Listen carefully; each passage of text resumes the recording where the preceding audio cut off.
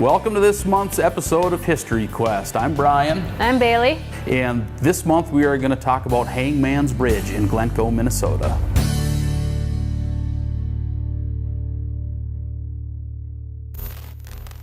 The Wild West. It's a phrase that conjures images of tumbleweeds, boomtowns, and heroes on horseback who ride into the sunset. It's the very place of boyhood dreams, a place where good guys triumph and justice is doled out at the end of a hangman's rope.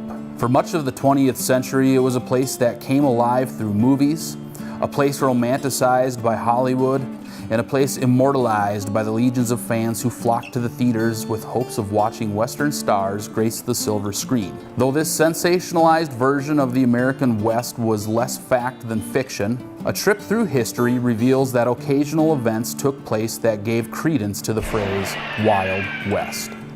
It was 1896, a time of transition in America. As the 19th century came to a close, the wide open spaces of the American West were slowly being closed off.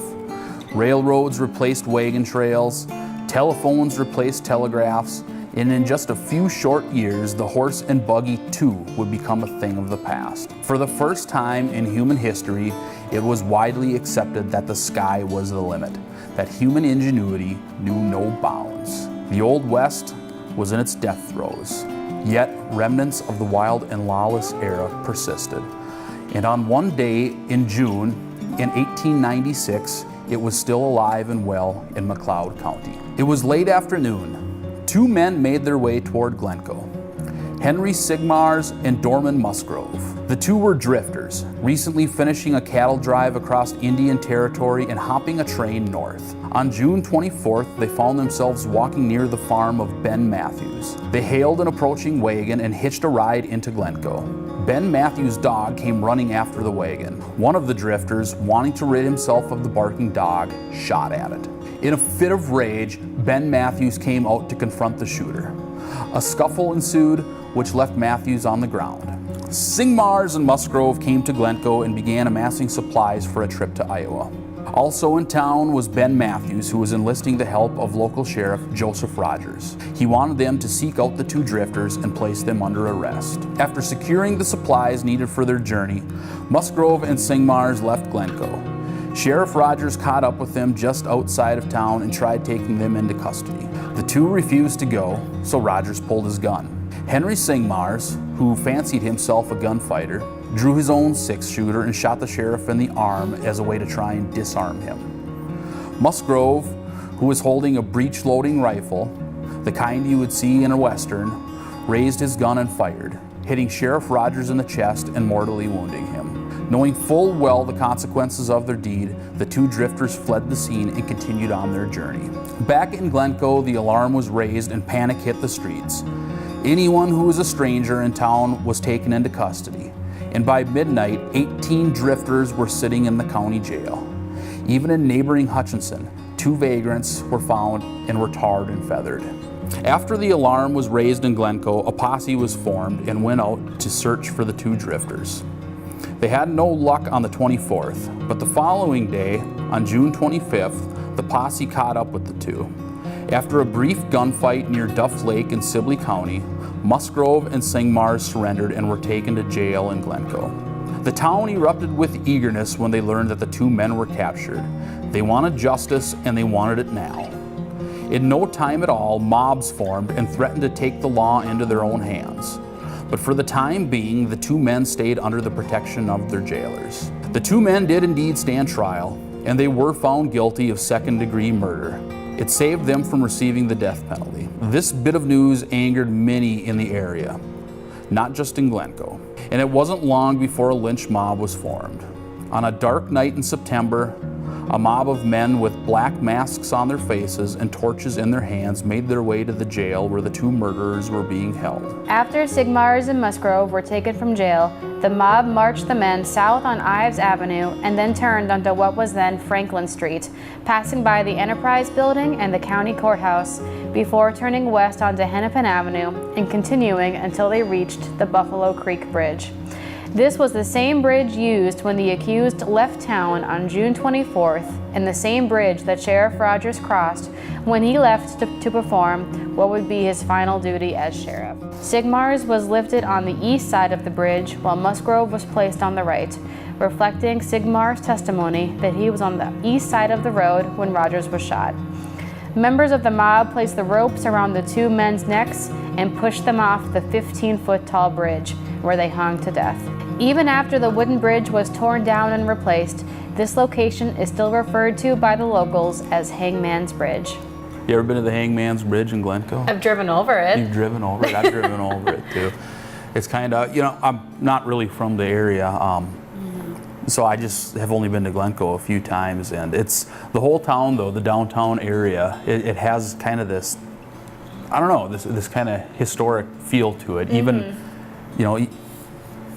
like you have the Glencoe Enterprise right across from the courthouse, and it's just, and then the courthouse themselves and the buildings have that, kind of old, I don't know if I want to say old West feel to it, but there's just, you can really, when you're in town, you can really picture this whole story, kind of happening. The bridge that connects to that part of town, that's always been the center of Glencoe. So even if they don't have their original 1850 era buildings, that piece of land has always been in development, and it's always been growing and changing. So that's something that you can really admire about that town. They don't let a piece of land just sit, because they want the community to keep thriving and keep growing. Right. It's kind of neat that something like this happened, right there in the county seat. It makes a good story. Exactly. For us. Right. It probably wasn't much fun for them in 1896. To me, it's a story that comes right out of a Western classic. You have, the lynch mob, you have the two drifters that roll into town. I mean, you have gunplay, you have a posse. I mean, when I think of the story, I can just picture it in my head, the lynch mob holding their torches with the black masks over their face, coming into the jail, and saying, maybe we should back up and set the scene a little bit. So where it's 1896, the McLeod County that we know and love has been platted. Every town has been established and incorporated. Glencoe has been the county seat for some time now, and everyone is really developing into their own. Every town is becoming more distinct from the other. And there's no electricity, there's no phones, I believe, have reached Glencoe at this time. The steam engine has been in development, and we're approaching the turn of the century. So it's an exciting time to be living in this area. It's very much a transitional period. I mean, you have all of this technology that's right on the horizon, but at the same time, you have people living with technology that has been around for hundreds of years, and all of that's about to change in the blink of an eye. So it's like I said, it's the end of one era, the classic West that we would call it. Pioneer. The pioneer, frontier, settlement area. We're ending that, and we're starting the 20th century right at this point. And so you're right, it's a very, very exciting time. So this event that ended with a lynching began with a dog. Absolutely began with the dog. So these guys they're drifters, and this is actually something that you have a lot of in this period, because the railroad has come in and replaced your trail system. You no longer have people traveling across country in wagons, not to say that you never did, but you don't have the bulk of people crossing country in wagons or on horseback anymore. So these guys jump a train. I mean, they're the stowaways on the train, and they end up in Glencoe, and the reason they're here is they're actually looking for hunting land. Oh, okay. Why, I don't know, but anyway, they're looking Money? for hunting. Yeah, probably. They're looking for hunting land, or that's what they say. And they hitch a ride with this farmer who's neighbors with Ben Matthews.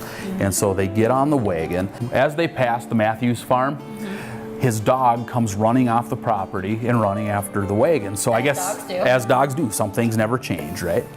And these guys, they say they're just gonna scare the dog. Okay. So they take a shot at the dog. One thing that I read said that there was a ricochet that hit the dog. I don't know for sure if they actually shot the dog, if the dog died, or what happened. But anyway, so Matthews is crazy mad, which I would be too if somebody was shooting at my dog. But Matthews is crazy mad, runs out. The guys are like, you know, hey, you don't get so mad at me. And so this fight ensues. They go like this I'm too? sure. I bet you they did. I bet you they stood around and went like this and everything. But anyway. So they're having this fight. And Matthews ends up on the ground and bloody. I mean, you have 2 against 1. I don't know what the other farmer who's driving is doing at this time. Probably just being like, what did I just pick up? And they roll into town because they're planning a trip to Iowa after this. They're heading back down south. See, these guys, they had just finished a cattle drive. So they were your classic cowboys, basically. They just finished a cattle drive. They came up north, and now they're going back down south. And they're heading to Iowa, so they need supplies. So they go into Glencoe, and they buy supplies, and they think they're fine. They think that nothing is wrong.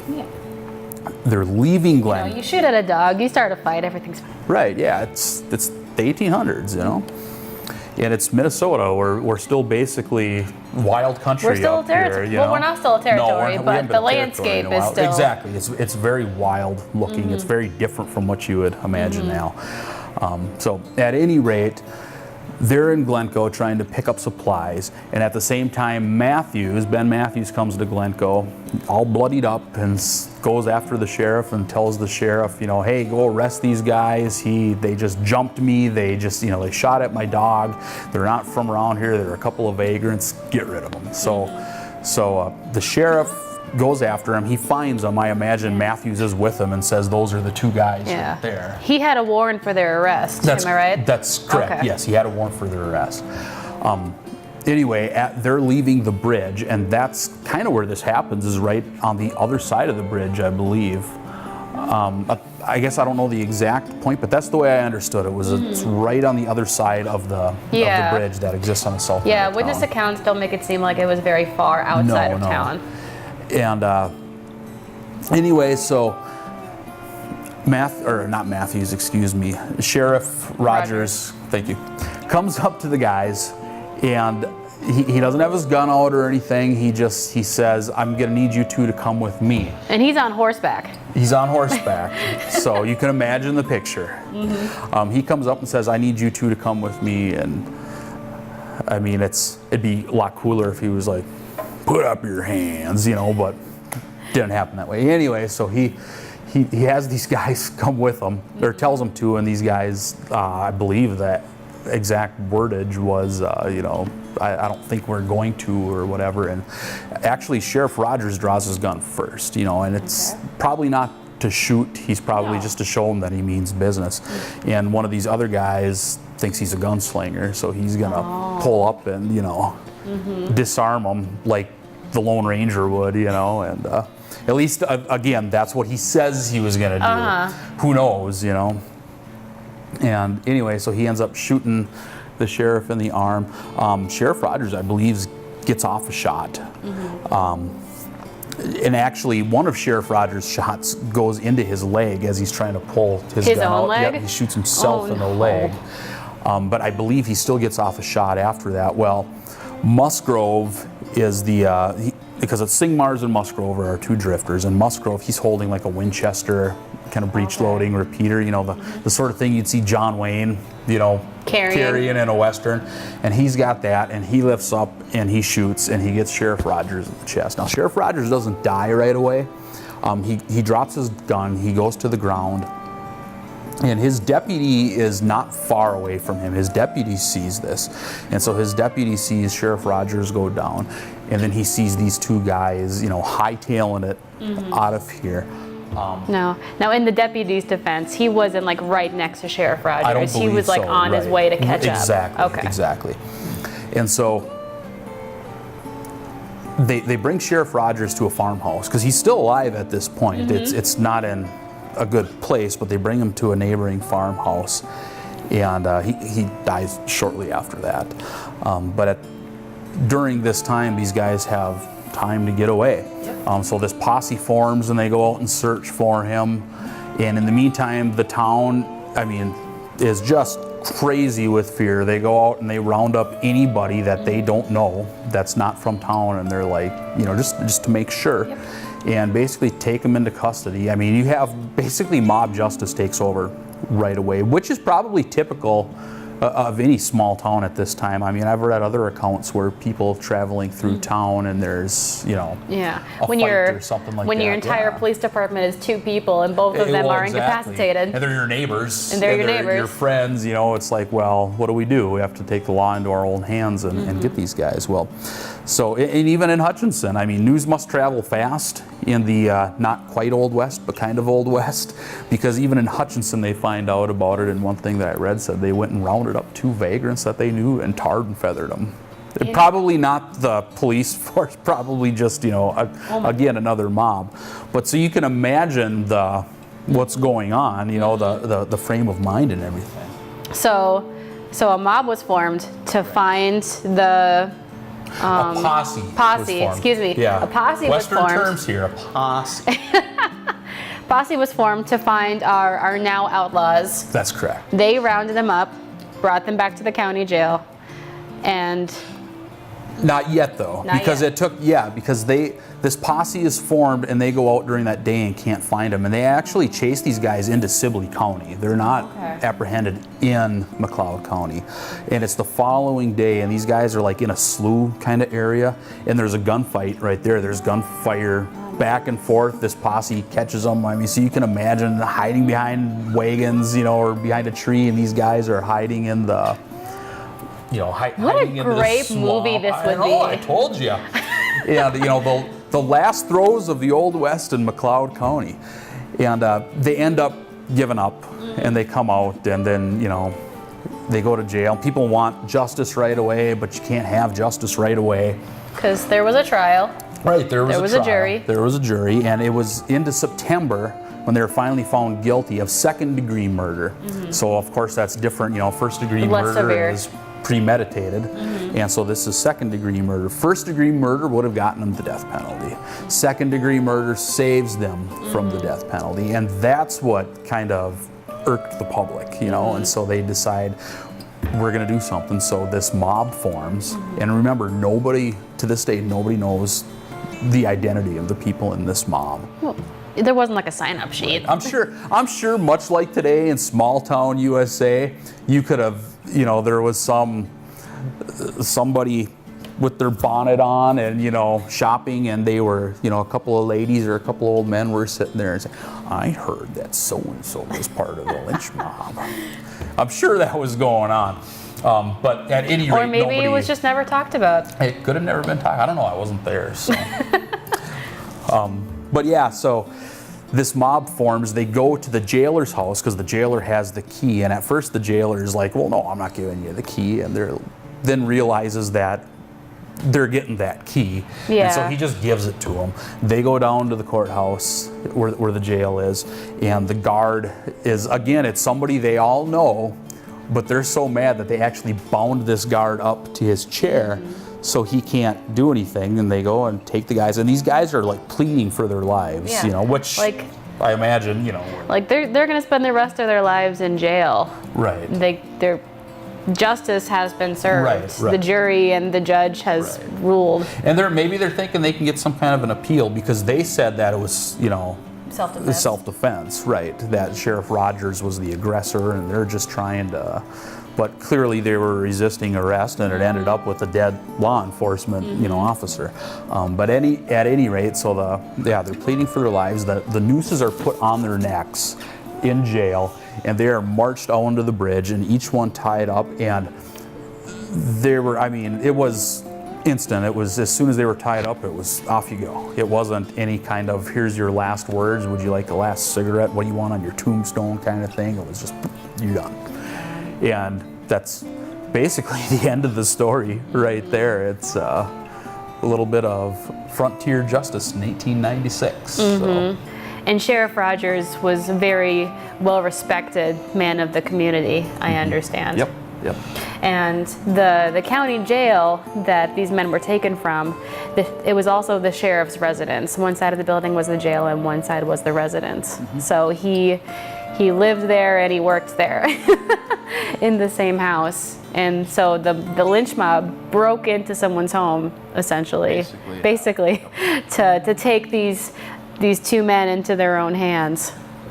You know, I had heard a story too about this was from one of our volunteers down at the museum, and I believe it was her grandmother as a little kid was walking down the bridge the next day, and the two bodies were actually hanging down the bridge, and she didn't even realize it until later when somebody had told her that. But it's just kind of...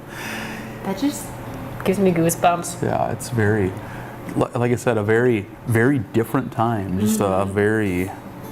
You still had that, you know, that frontier justice kind of feel to everything, and it's a fascinating story.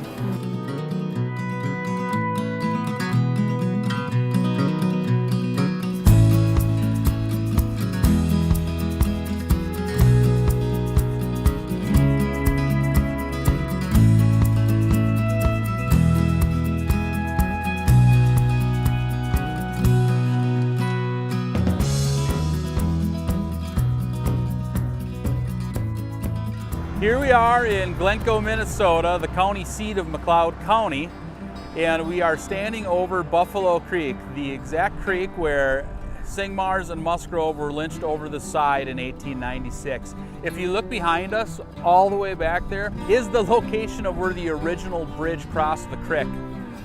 This, of course, is a newer, more updated bridge. There was no asphalt bridges that stood that high in 1896. So it's been rebuilt, but according to the sources, the bridge was about 15 feet high over the creek, so it likely just ran level with the trail that was coming up to it leading south out of town.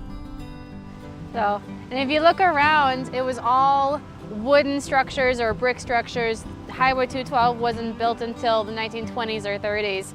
And when you drive over the bridge, the road was a lot narrower. It was probably a dirt road or something similar. And it's just a whole different landscape. But you look at the creek and you look at the foliage around it, it feels like you've gone back in time. It's like a little spot that's still frozen. Except for the semis that drive by. For the semis. Yeah, that kind of, you know, kind of makes time travel delusions. More difficult. Yeah. But thank you for joining us on another episode of History Quest. I'd like to add that down at the McLeod County Historical Society Museum, we have a book written by Scott Riemann, the current McLeod County Sheriff, and it's called The Midnight Gavel of Judge Lynch, and it takes this story into much, much more detail than what we've given here. If you're interested in the story, I highly suggest you come down and take a look at the book and pick up a copy for yourself. I'd also like to add that in the month of August, the McLeod County Historical Society is going to have two booths down at the county fair. One is going to be inside, where we're showcasing different towns of McLeod County as well as the different historical societies in McLeod County. So Glencoe Preservation Society will be there. Stewart, who is just starting up a historical society, will be there, and Historic Hutchinson will be there. And then the museum itself, or McLeod County Museum itself, will be showcasing the other towns that don't have historical societies. So, you know, Lester Prairie, Silver Lake, Biskie, all of them.